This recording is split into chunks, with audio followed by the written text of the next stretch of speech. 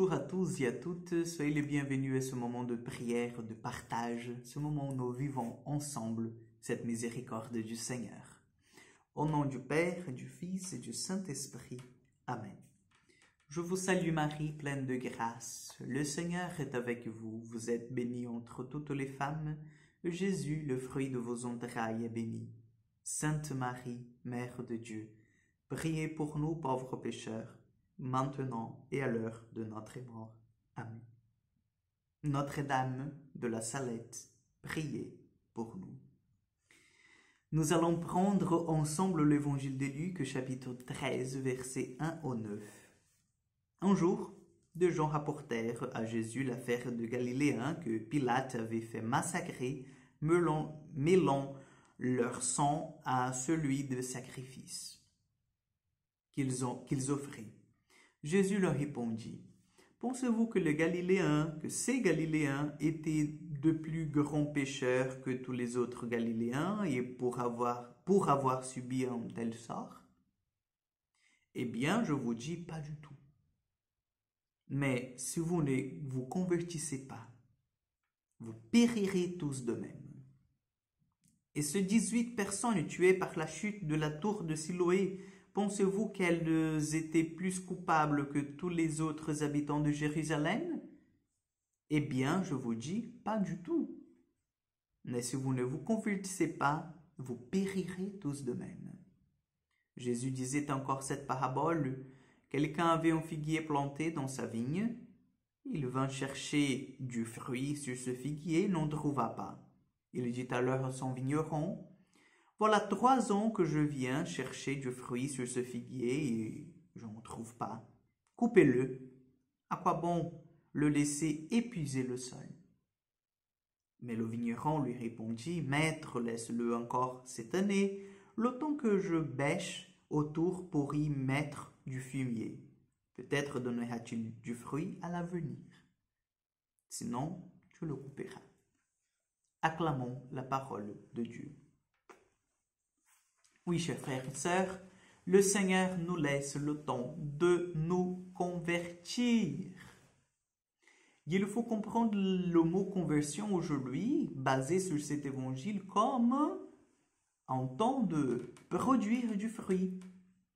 Et qu'est-ce que cela veut dire, Père César, produire du fruit? Parce que je n'ai jamais compris ça. Produire du fruit, c'est en fait tendre à cette vocation et perfection que le Seigneur, il nous a inscrit depuis en fait notre conception. Vous savez, chacun de nous, nous avons un appel à la sainteté, à une perfection, et pas seulement en fait une perfection, je dirais, physique, parce que c'est aujourd'hui ce que nous cherchons avec les plusieurs techniques d'amélioration du corps, n'est-ce pas? Les techniques de bien-être, de vraiment voilà, entrer dans ce système de transhumaniste, vous voyez? Donc, c'est pas seulement ça, en fait. On réduit cette perfection que le Seigneur nous donne, une perfection physique, et nous savons bien que ce corps que nous avons, c'est un corps mortel, sujet à la corruption. Le deuxième corps, le corps glorieux, le corps ressuscité, en fait, lui, c'est un corps qui demeurera à jamais, mais ce corps que nous avons, c'est un corps corruptible, n'est-ce pas?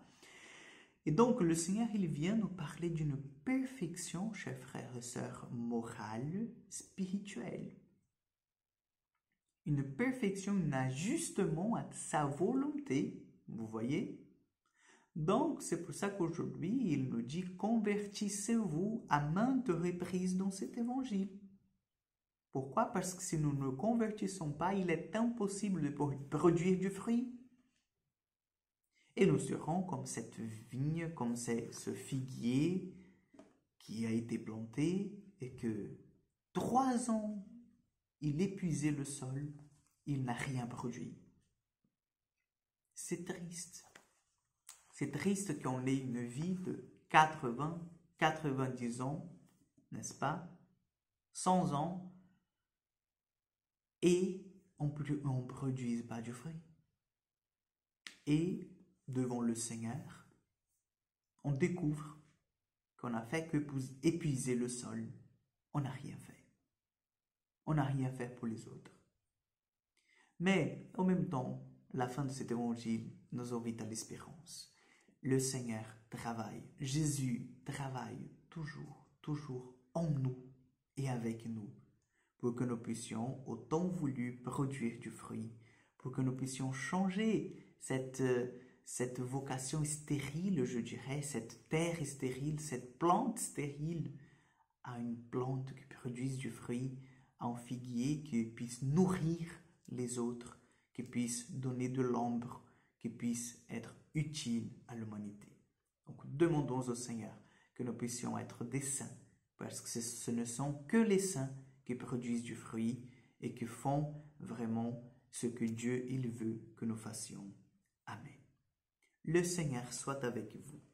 Que Dieu Tout-Puissant vous bénisse et vous garde, le Père, le Fils et le Saint-Esprit. Amen.